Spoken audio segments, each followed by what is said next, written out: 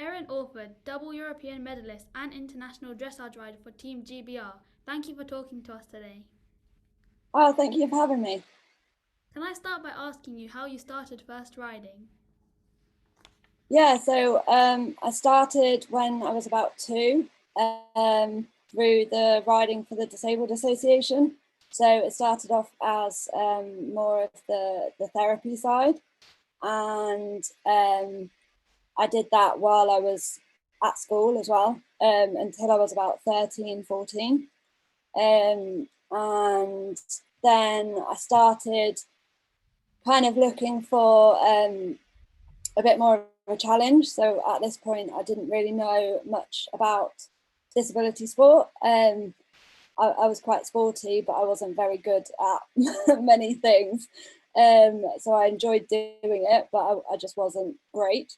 And I went out, a friend of mine, Claire Strange, who is also an ex-Wycombe High School student. She was part of the wheelchair basketball team and very heavily involved in sport development. She actually lived in the same village as me, and she kind of said, "Well, you're quite active, you're sporty. What do you want to do?" And I had a go at wheelchair basketball, and I am very short and have quite short arms due to part of my disability. So I didn't excel at that, I think it's fair to say. And she put me in touch with someone who did sport riding and a bit of a crossover with the RDA at South Bucks RDA. And I went out to watch at the Athens Paralympics in 2004, saw the British team winning gold, and kind of that spurred me on to want to take on the sports side of it a bit more. So the following year, I took part in a talent spotting competition and kind of won my section, and that was kind of the thing that pushed me on to pursuing it a bit more competitively. It's really inspirational to hear how motivated you are. And can I ask how you decided to attend Wycombe High School? So yeah, kind of it feels like a very long time ago now. So I left Wycombe High in 2007. So yeah, joining was quite a long time ago for me. It was it was my local school. So when I passed my 11 plus, it was that was where a few of my friends were going, and kind of was the more obvious choice for me, I think. And I quite liked how involved everyone got and the range of options kind of from studying and sports that they offered.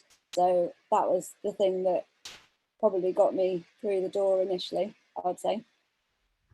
That's quite inspirational. What do you remember about your time here at Wycombe High? Um, yeah, as I say, it feels like quite a long time ago.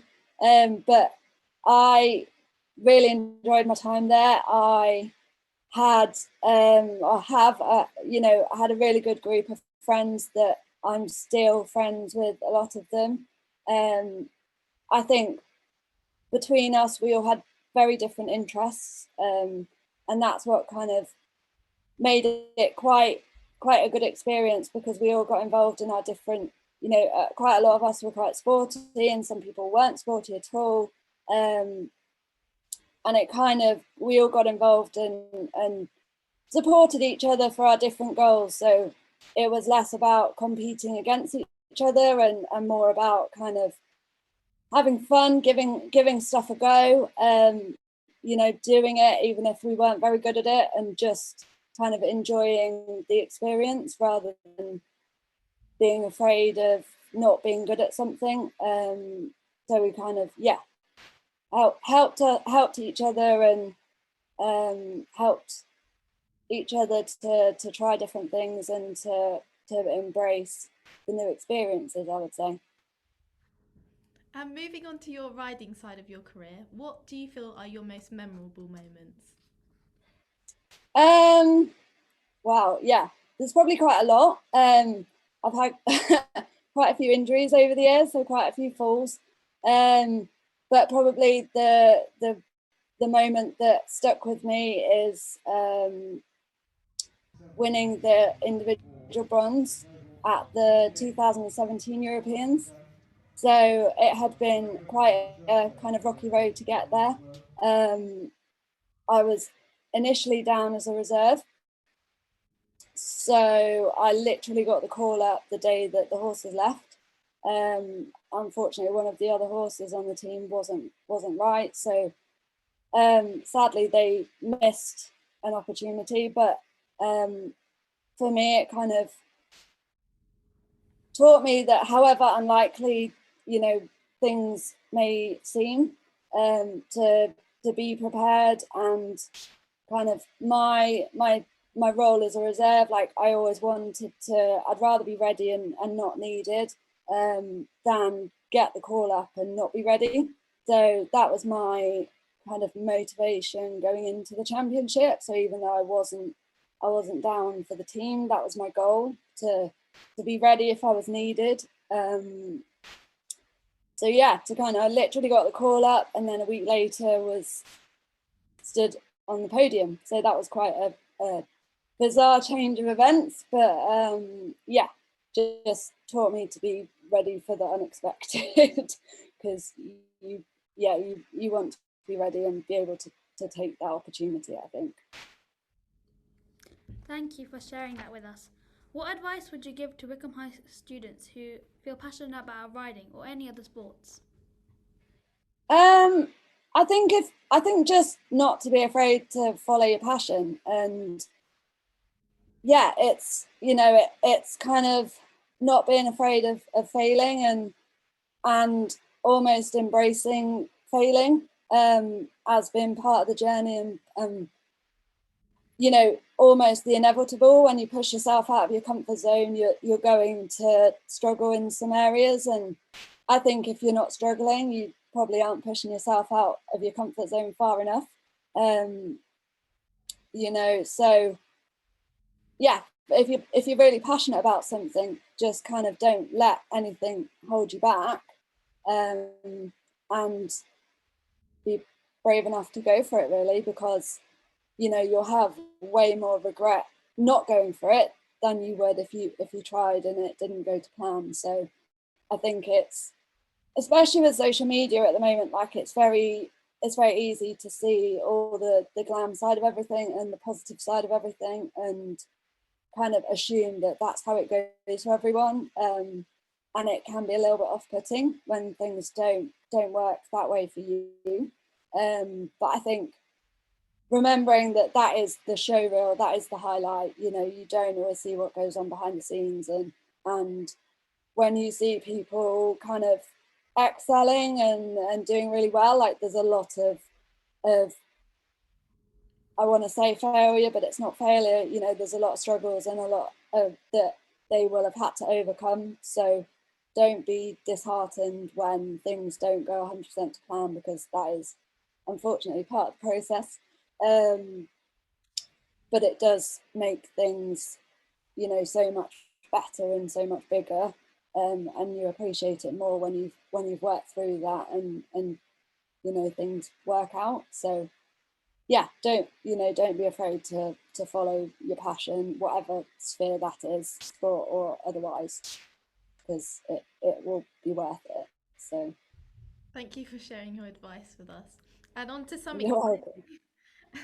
exciting news now.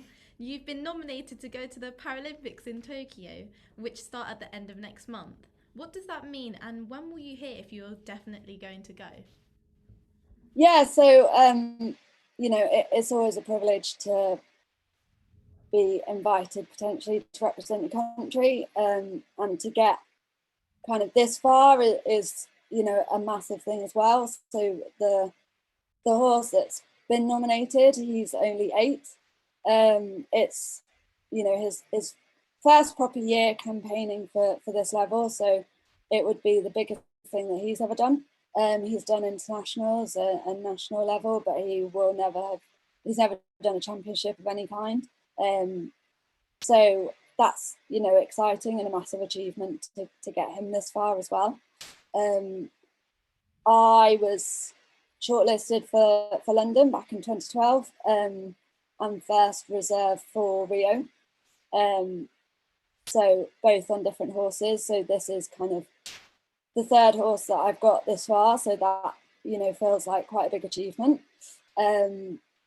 So the process is that we've had a few of our selection trials so far, then that's how they determine the shortlist. So there's 12 combinations on the shortlist, and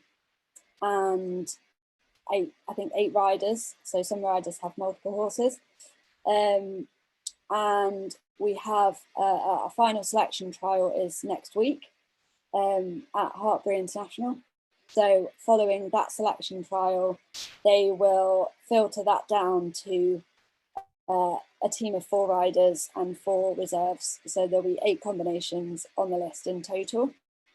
So yeah, but the 8 have to come from the nominated list. So if you're not on the list, then you can't be selected, unfortunately, because they have to be nominated. So you know, it's nothing is guaranteed, but it's great to still be in the running and to get this far. So for us, it's kind of a bit of a one step at a time process, and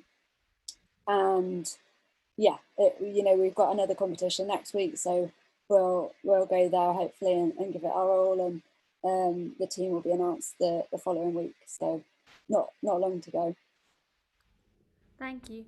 Well, all of us here are right behind you and hoping you can win a gold this year at Tokyo. Wish you lots of luck and thank you for joining us today. Thank you for having me.